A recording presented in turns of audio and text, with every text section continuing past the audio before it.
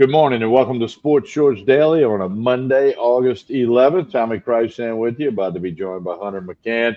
A lot happened over this past weekend all over the world of sports, and we're going to mix it up a little bit this morning, kick it around for you. Ronnie Rant's playing golf up in Wisconsin. He may or may not pop in on the show. He has the link. I don't know if he's losing to Louis already today in golf, but we'll see if that happens. Hunter McCann, good morning, sir. How are you?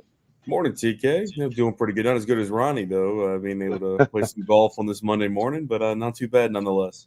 And of course, I'm at Court Street Cafe in Port Allen. Breakfast, lunch, dinner. They have returned their Sunday brunch. Started yesterday with the mimosas and great food. Saturday night steak night, all at Court Street Cafe here in Port Allen. Again, they returned their Sunday brunch yesterday. They had a good crowd, but it'll grow because it used to be very popular. They kind of took it away for the summer, and they're back at it now. As always, we're presented by LeBear's Casino and Hotel in Baton Rouge, the ESPN Bet Sportsbook, where you can bet on LSU, college football, NFL, Saints, Major League Baseball, and more, all at LeBear's Casino and Hotel. Hunter, the New Orleans Saints played a football game yesterday, albeit preseason. They lost 27-13. We're going to tear it down a little bit, with including the quarterback situation, but overall, your general thoughts about Kellen Moore and the Saints' first game. Lackluster. I think that's the best way to put it. I think the offense was a little lackluster. I think the defense, the linebacker position was a little bit alarming. I mean, once again, we're talking about these are almost none of the first-team guys played. Especially when I'm talking about a linebacker. You can just tell the depth is not there, though. There was just a couple key issues that you got to touch up with some of the backups to make sure that they're ready to go if anything does happen to the ones. But I think specifically, we like you said, dive into this quarterback situation because, I mean, one of the three quarterbacks we saw yesterday and probably one of the first two quarterbacks we saw yesterday will be the guy under center for the New Orleans Saints in less than a month when they play the Cardinals. Spencer Rattler got the start with what would be some of the ones that played on the offense yesterday. I wasn't impressed. It was more of what I had seen last year when he went 0-6 as a starting quarterback. I think he only passed for 50 yards, maybe a little less than that. He had that fumble loss on the scramble. He just didn't look very composed, in my opinion. I think, a lot of talk out of camp, and I know you've heard this, was that Rattler had looked like the best quarterback so far. Well, on Saturday, it didn't look like that to me. He just didn't look composed. That's the best way I could put it in the pocket. But when Tyler Shough came in, he pushed the ball downfield. He had the one bad interception, but I went back and watched the play a lot. The cornerback made a really great play on the ball, and that's going to happen. And that ended up turning them into a pick six, right? So it was costly. But other than that interception, he was very clean, pushing the ball downfield.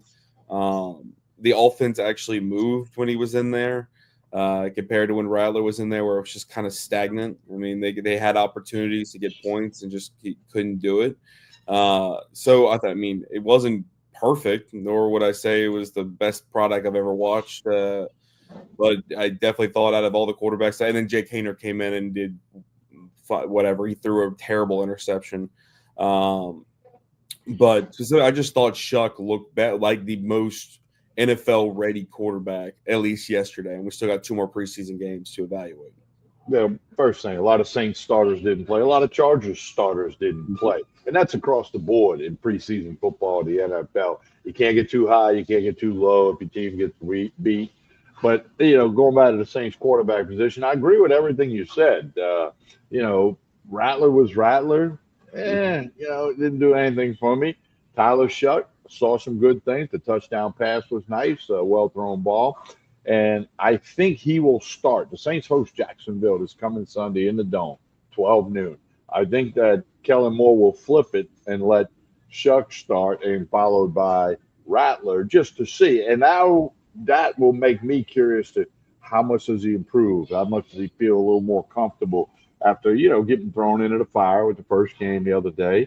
I think he looks more like a long-term solution, but I'm still going to sit today and say Kellen Moore is going to go with Rattler because he's got 6 or 7 starts in the NFL and he's got more experience. Coaches at all levels like guys with experience. Have you been there? Have you done that? And I think that's what will happen. But the Saints overall, I mean, and look, they're boring. Okay, yesterday was boring. You may have saw the tag. There'll be a cure for insomnia this year. They're going to make medical history. But here's the thing: Kellen Moore is boring. You know that thing, Connor? Teams reflect their coach. Okay, they're businesslike, or they're relaxed, or they're fired up, or they've got juice. Kellen Moore's a boring guy. Pre-game interview was boring as heck, and he's a first-time head coach. I get it, but his team was boring just like him yesterday. Okay, game 1 of preseason. That was game 2 for the Chargers, so you got to give them a little something on that. But I saw nothing to make me think they can win more than 5.5 games, which is the over/under in Vegas. And a lot of the text messaging that I was involved with, a lot of my friends were like, "This team is bad." Charles Hannegriff made a great post on X. He said they're every bit as bad as we feared, and I respect Charlie immensely with his sports acumen and his knowledge and his evaluation. In fact, I even tweeted back at him that I agreed with that. But hey, it's preseason. I'm trying not to read too much into it, but we have to. We have to look at this situation, and I don't know. I saw nothing yesterday to make me think anything different than I did before the game, except kind of what Charles Hannegriff said. That's about what we expected. I saw 2 things that were takeaways, one positive and one pretty much on the nose of what we're known to see with Saints football. Trevor Penning gets injured yesterday. I don't think it's going to be anything crazy, but it's another setback for him. He's been dealing with injuries for years now. So that's about right. And then going back to Shuck, the one thing I was impressed with, I think it's a very difficult situation as a rookie in your first preseason game when you're fighting for a starting spot to be composed in the pocket, like I mentioned, but also bounce back after a tough spot. That pick 6, he didn't let it affect him because they came out the next drive, and that's when they pushed the ball downfield and hit Mason Tipton for that long touchdown pass. He hit it. It was a dot. I mean, he put it right into the breadbasket. It was a great pass. Tipton did great to be able to get behind the secondary and get himself that long touchdown reception. So that was impressive. You talk about you think Rattler will start. We got 2 more weeks to figure that out. I think if Kellen Moore goes with experience, then Rattler's your guy for that front. But the one thing that Rattler was supposed to bring to the table that Shuck doesn't as well, at least, is his mobility. And then we saw that he scrambled and made some plays with his legs, but can't do it and not protect the football. And that's exactly what happened when he had that fumble lost yesterday. That's something he's gonna have to learn from. If he's gonna be a mobile quarterback and make the difference with his legs, well, they need to also have the football by the end of the run. So, like you said, we'll walk away from this and look at a couple things. Not much of the ones played. We're going to only see so much, but it was about what we expected to see from the New Orleans Saints. Well, and again, you got to protect the football. I don't care if it is a preseason game, but without reading too much or reading too little into it, hey, next Sunday will be another measuring stick. I mean, I think the biggest thing for preseason is these NFL teams. They're trying to figure out them last 6 or 7 spots on the roster. Yeah. I mean, 45 of the guys are going to make the team, give or take one. And you're trying to do that, but then you're also trying to create a mindset and go forward. So we'll talk more about the Saints as the week goes on. And next Saturday on the radio, certainly we'll talk about it. But they'll play Sunday. A couple 2.5-point dogs in the Jacksonville Jaguars. That game will be in the Dome, so people can check that out. Hunter McCann, LSU football. You and the guys in the gang at WBRZ do a great job covering it. What's the very latest on Garrett Nussmeier and the LSU football team? Is we're less than 3 weeks away from them playing in Clemson. Well, they confirmed Saturday when media was able to go watch practice that Garrett Nussmeier still has 2 legs. They have not been. Neither one has been amputated yet. And, he was in a small brace or sleeve on his leg. He's dealing with that tendonitis in his patella, and he'll be fine. It's just it's something he'll just have to work through. and it'll be good. It's not a new injury. It's just something that he's been having to deal with. It flared up last week and caused some internet rumors, but he's good to go. But from camp, from everything I was obviously with y'all on Saturday for Sports Shorts Radio Saturday morning, so I wasn't at practice. From what we had seen, the media was talking about just everything looks like it's being meshed out. You're seeing a lot more reps from guys across the board because they're amping up longer practices, more intensity in practices.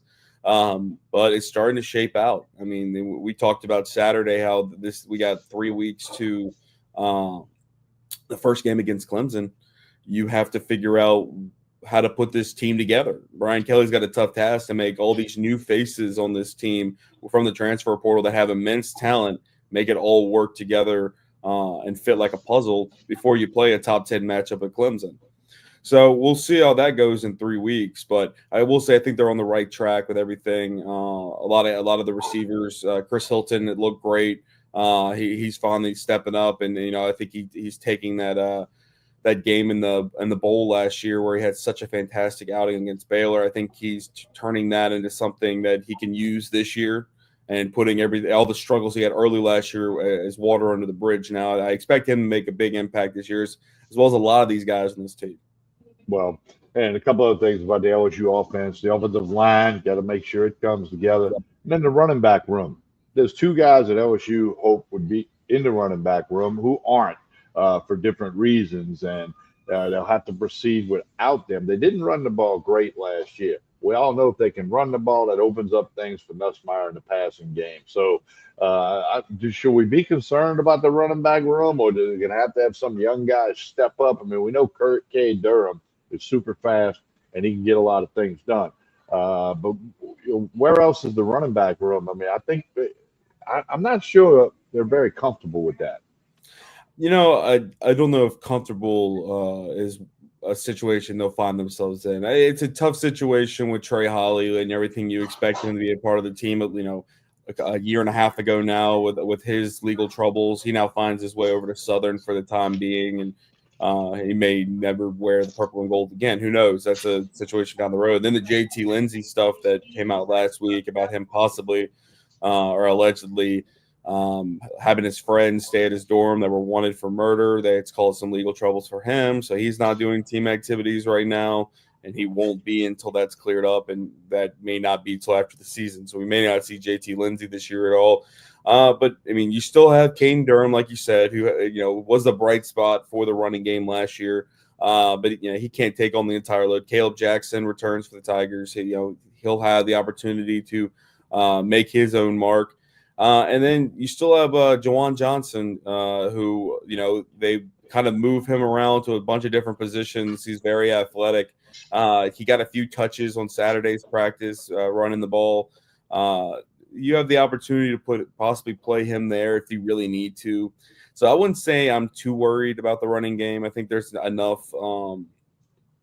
There's enough that you can show different looks and have different guys in there and be all right. But it doesn't help when you have guys that are missing playing time for legal issues that could really make an impact for your team.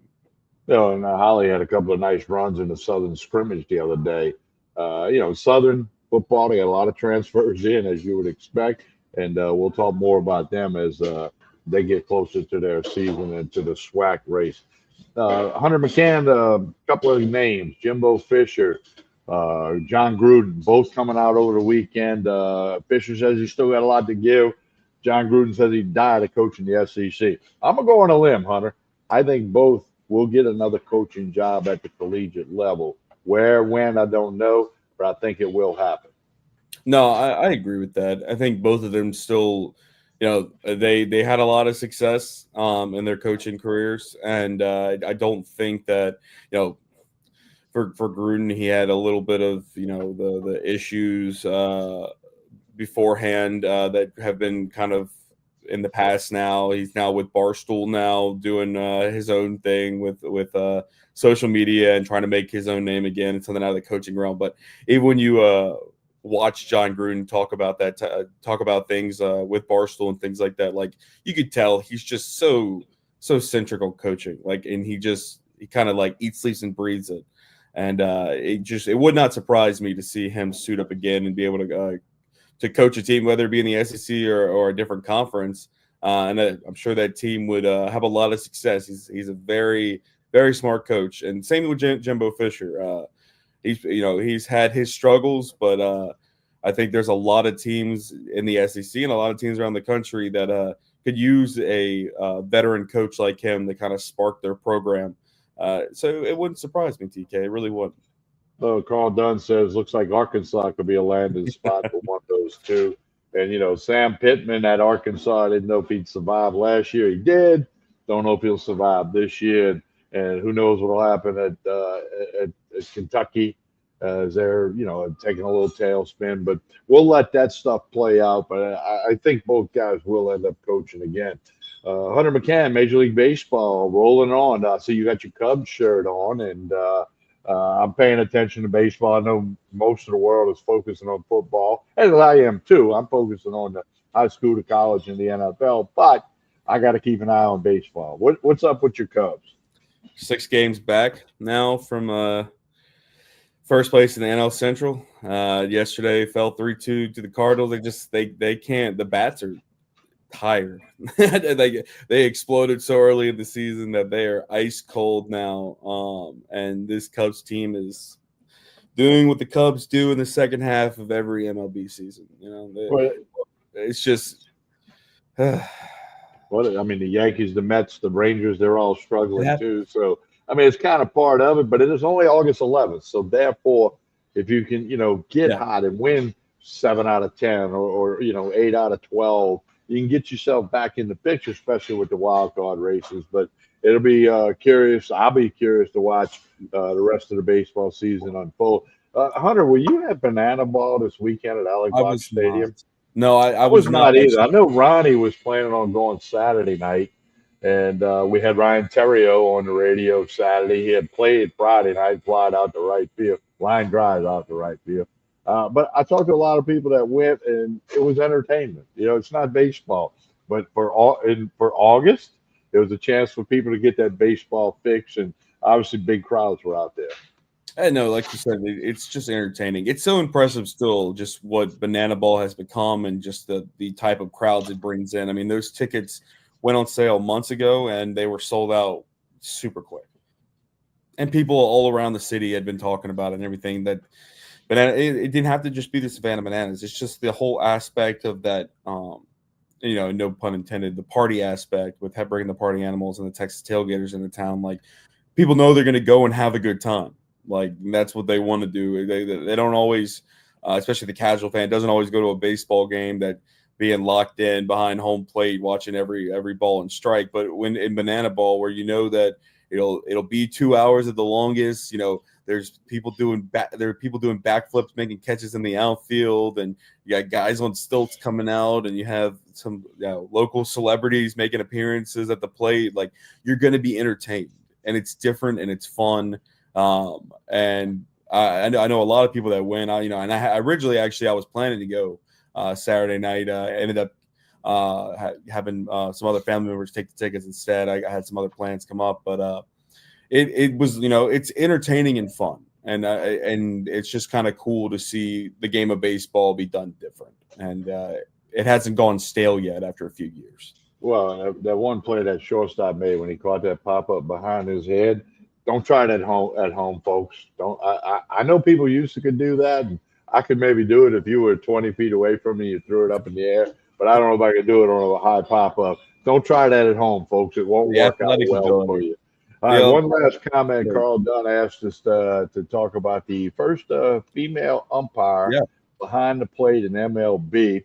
The very first pitch of the game, 6 inches outside, she called it a strike. Her very first punch out was an awful call. According to one group, she missed 13 pitches. Another group said she missed 14, which is above the average. The average is about 10 or 11.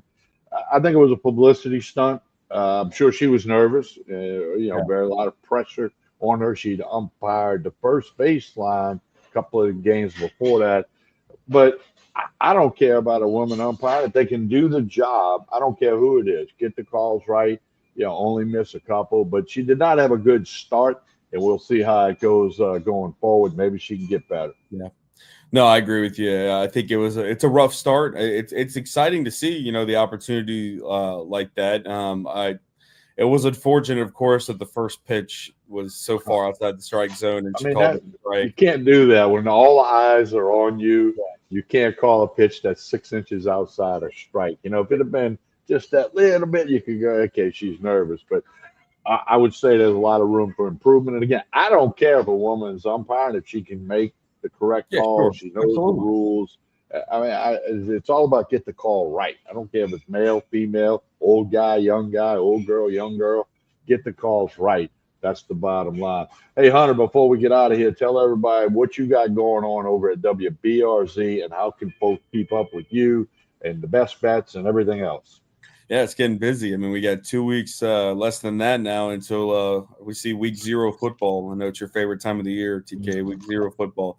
So now best bets are ramping up. We'll have football best bets coming up in just a few weeks. You can get all those picks over at WBRZ.com and follow all of our updates on LSU football, Southern, and everything else under the branch of sports here around the capital area, WBRZ.com. But yeah, you can go there, go to the best bets tab.